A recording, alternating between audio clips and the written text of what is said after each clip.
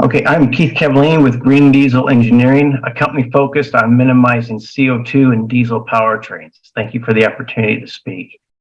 During the last 28 years, the U.S. transportation fleet has created almost 20% more CO2 yearly in comparison to a transportation fleet calibrated for minimum CO2. The U.S. averages 1,800 million metric tons of CO2 formation from the transportation sector on a yearly basis.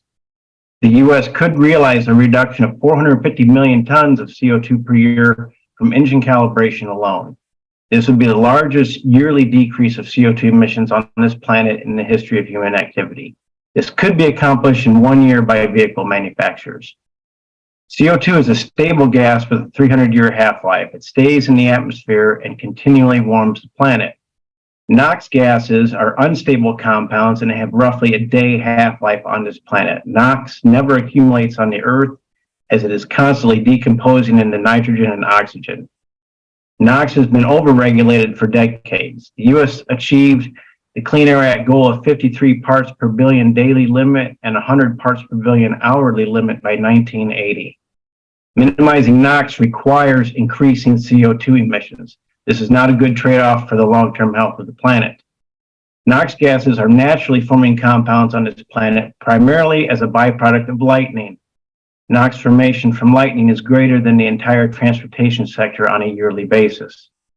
NOx is also produced endogenously by humans. This means our lungs produce NOx internally as a byproduct of breathing. Every human on the planet produces NOx.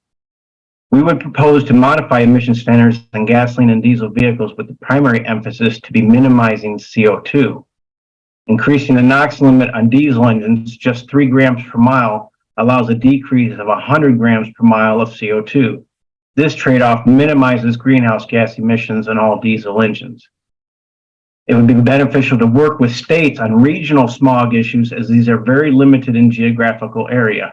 Big cities, urban areas. Shifting to electric vehicles in dense population zones eliminates point-of-use emissions. Electric is a good solution for local driving. It is not useful for long-distance driving, pulling loads, and does suffer in range with extreme heat or cold. Electric vehicles do not reduce greenhouse gases due to mining the rare earth metals, the battery manufacturing, and the battery recycling at end of life.